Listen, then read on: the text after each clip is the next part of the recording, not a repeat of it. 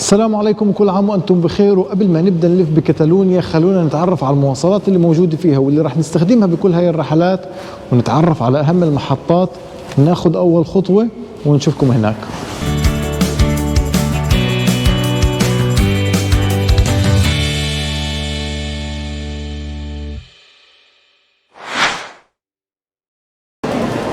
البداية عندنا لازم تكون من محطة سانز، محطة غالبا أي حدا إجا على برشلونة لازم مر منها، لأنه فيها القطارات السريعة، قطارات الآبي اللي بتيجي من برا برشلونة وحتى من برا إسبانيا، من باريس، ليون، كلها بتيجي لازم تمر من سانز عن طريق قطارات الآبي اللي بتطلع من هون. قطارات سريعة بتتجاوز سرعتها 300 كيلومتر بالساعة، والآبي هي أكبر شبكة قطارات سريعة في أوروبا والثانية عالميا.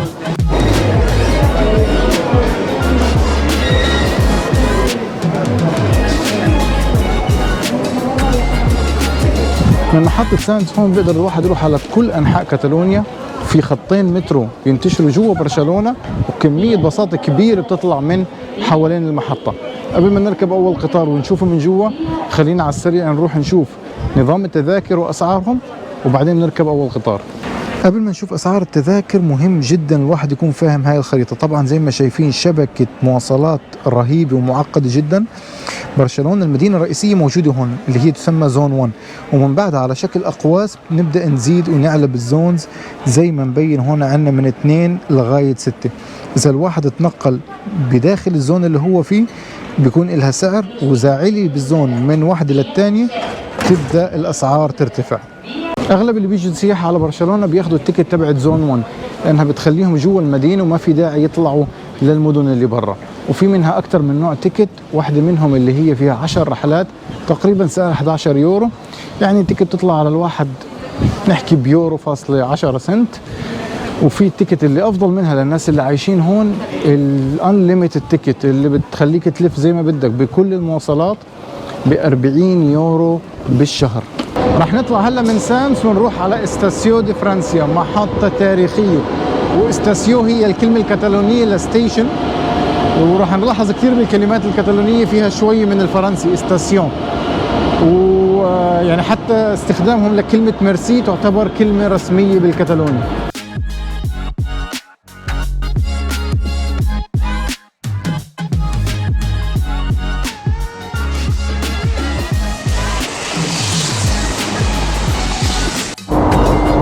وبكل قطار زي ما شايفين في هذه المنطقة اللي بتيجي مستواها منخفض شوي، والباب على مستوى الأرض مباشرة، اللي داخل بعرباية أطفال بكرسي متحرك. الموضوع جدا سهل، وفي أماكن مخصصة مع حزام أمان للتثبيت.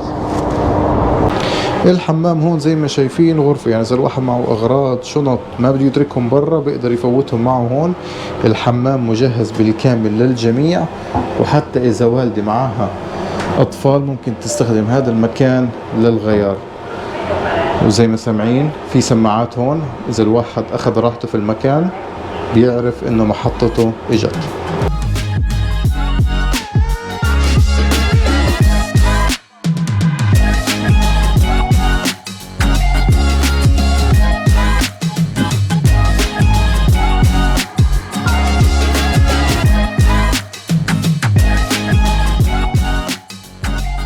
احنا هلا هون باستاسيو دي فرانسيا، وزي ما شايفين الواحد بحس بتاريخ وعراقة وجمال هذا المكان. يا جماعة المكان هذا من 1848 شغالة فيه القطارات، ومن اسمها استاسيو دي فرانسيا كانت تستقبل القطارات اللي جاي من فرنسا. وبعدين صار عليها تعديل كثير بالخطوط وبالقطارات لغاية عام 1992 كان آخر افتتاح لها للألعاب الأولمبية في برشلونة، عشان تحسن المواصلات بالنسبة للحضور وللزوار.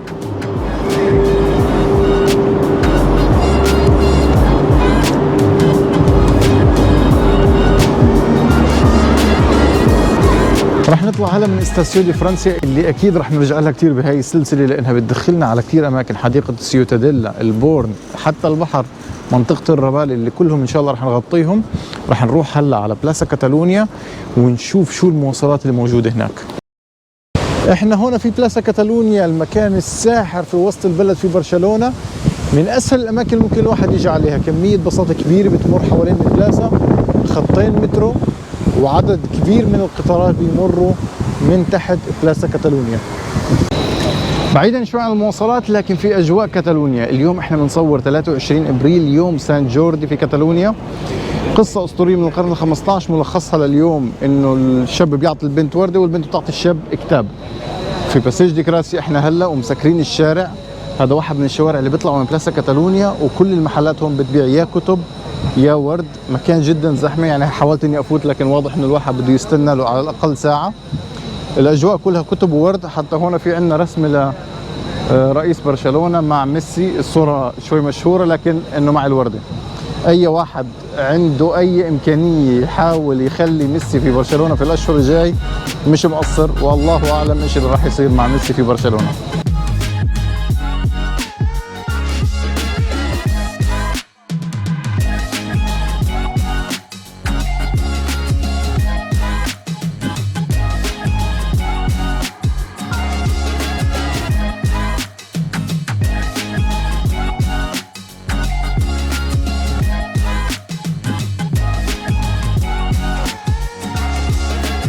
عندنا هلا موعد مع واحدة من الشركات اللي بتوفر خدمة تأجير السيارات بالساعة. فكرة كثير بلشت تنتشر حول العالم، بتوفر حلول ممتازة في بعض المشاوير. رح نوصل هلا لعندهم ويحكوا لنا أكثر عن هاي الخدمة. هاي هي السيارة من شركة ميك إلكتريك شيرينج ومن نفس الجروب تبعت نيسان. رح نعرف أكثر عن هاي السيارة. رح نقابل هلا مونسي اللي رح تشرح لنا أكثر عن هاي السيرفيس. Hello Monse, good afternoon. Hello. How are you doing? Oh, very good. I would like to know about this car, about Mixture. When did it start? And if you can tell me more about this service and the prices. Well, we started back in 2017. We started with 3 cars in Vilafranca del Penedès. And now we have cars in Vilafranca, we have 2 cars in Reus, and we have 6 or 7 cars here in Barcelona. That's wonderful. And what about the prices? I know that you can take it per hour or per day. So can you tell us about that? 6 hours per day, per hour per day. 6 euros? 6 euros per hour. 6 euros per And hour. then you have a pack that has 45 euros for the whole day. And then you have 50 kilometers included in the price. Also, what I remember about the service is that you don't need to go to an office. You can do everything through the phone. Is that right? Exactly. With a smartphone, you can book the car, you can open the car and finish the booking only with your smartphone. And you don't need a key. No, It's all through the phone. exactly. You can open your car just with the phone. That's great. Can we see the car from the inside, please? Obviously.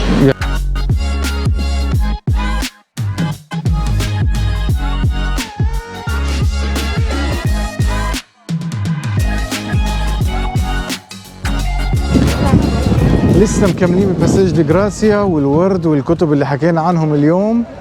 خلصنا من السيارة اللي على الكهرباء، حل كثير ممتاز وذكي. ما في مكتب، ما في غلبة، على طول الواحد بيحجز بيفتح الابليكيشن بضله حاجز وماخذ السيارة. رح نطلع هلا على قصر الجنراليتات، حكوا لنا في نشاط معين هناك بخصوص هذا اليوم. رح ناخذ باص ونشوف الباصات برضه ونحكي عنهم بطريقنا لقصر الجنراليتات. الحلو بشبكة الباصات في برشلونة انها بتمثل شكل البلد اللي كتير ناس بيعرفوه. اذا بنطلع هيك على برشلونة من فوق بنلاقي مربعات كتير مرتبة بشكل رهيب وخط قطري بيقطعها بالكامل. فبنطلع على خطوط الباصات بنلاقي خط الفي، خط الاتش والدي اللي بيمثلوا فيرتيكال، هوريزونتال ودياجونال، وبيمثل حركتهم كمان بين هاي المربعات. وطبعا في الخطوط اللي هي من غير هاي الاحرف بتروح على كل زاوية بهاي البلد.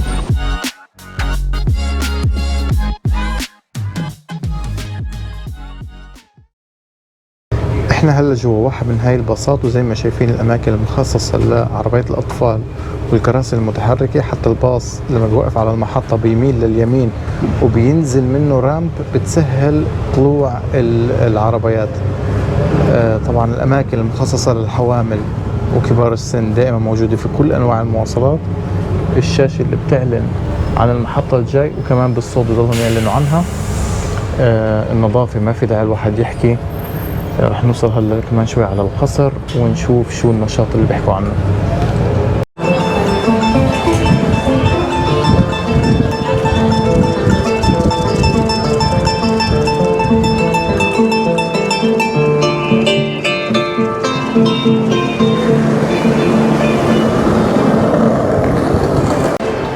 هذا واحد من محلات الشوكولاتة واللي ببيع تشورز، من أشهر الحلويات أو يمكن هي أشهر الحلويات في إسبانيا.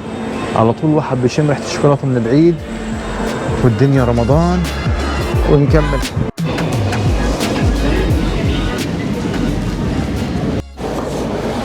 وصلنا هلا على ساحة سان جومي اللي فيها هذا المكان البالاو دي لا جنراليتات، اللي المفروض اللي هو يعتبر رئيس كتالونيا بيداوم هنا فيه. بصراحة ما عمري تخيلت انه ممكن ندخل على هذا المبنى، لكن هلا الموعد تبعنا بعد 10 دقائق بنفوت بنشوف.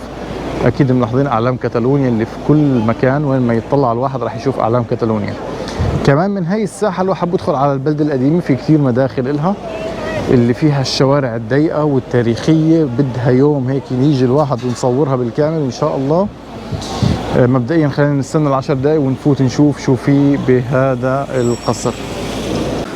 دخلنا هون على القصر والله يعطيهم العافية، يعني بترجموا لي شوي بالإنجليزي لأنه التور كله بالكتالوني. فبيحكوا إنه هذا المكان من النوادر إنه مكان الحكومة بيضلوا نفسه لمدة 600 سنة. بالعادة بيروح على مباني جديدة، هنا لا، هو نفس المكان بس بيعملوا عليه ترميمات وبيحسنوا فيه، لكن هو نفسه بالضبط من 600 سنة في المكان اللي يعتبر قلب المدينة الرومانية القديمة. هاي القاعة بيصير فيها بعض الأنشطة، وهون شايفين الأماكن هاي كان فيها العمدان الرومانية اللي معروفة، لكن شالوهم كلهم بهذا الشكل وعملوها هاي القاعة اللي صارت زي مسرح لبعض المؤتمرات. من هون القاعة اللي كنا فيها وطلعنا لهاي الساحة، ساحة القصر القديمة اللي شكلها لسه تقريبا محافظ على الشكل الرئيسي تبع زمان. راح نطلع هلا من هذا الدرج نشوف شو في كمان بالقصر. يعني كويس انه اليوم قدرنا نيجي. هو طلع ما له علاقة كثير باليوم اللي هو سان جوردي، بس لأنه اليوم أوف وما في موظفين والجنرال مش موجود، ف قادرين يعملوا هذا التور.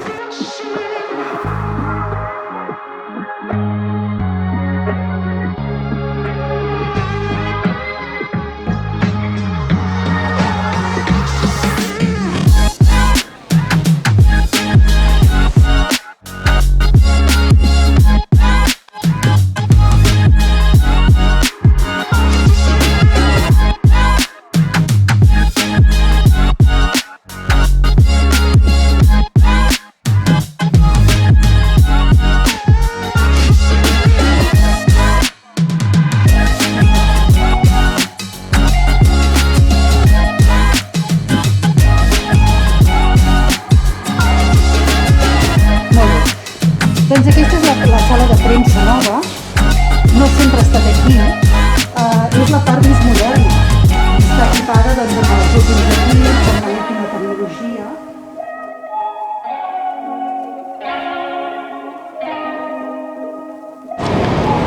نيجي لشبكة المترو، وهاي الخريطة اللي موجودة عند كل المحطات. شبكة معقدة، عالم مدينة موجودة تحت الأرض، تقريبا في 10 خطوط للمترو بتغطي البلد بالكامل، زي فكرة الباصات اللي كنا حكينا عنها. الواحد حتى في بعض الأوقات بيكون محتار إنه يركب مترو ولا باص، بيعتمد على الوقت وبيعتمد على يعني الواحد هو شو حابب. إذا الدنيا أزمة كتير المترو بيضله أسرع لأنه خط له ثابت، سرعة دايما زي ما هي. الباص بيكون أحلى لو الواحد رايح على مكان جديد، حتى لو يعني بده تاخد شوية وقت إذا الواحد فاضي عشان يشوف البلد من فوق ويتفرج عليها، غير المترو اللي موجود تحت الأرض. ومن المترو للترام اللي بيجمع بين خاصيتين موجودين بين الباصات والمترو. الباص حكينا حلو الواحد يكون قاعد فيه ويتفرج على البلد، والمترو بيمشي بخط مستقيم ما بيفرق معه أي زحمة. الترام فوق له لاين لحال ما بيتأثر بأي زحمة، لكن مشكلته انه ما فيه غير 6 خطوط في برشلونة، ما بيروح على كل الأماكن. لكن إذا الواحد مشواره ممكن يمشي بالترام، فمرات بيكون حل جدا مثالي.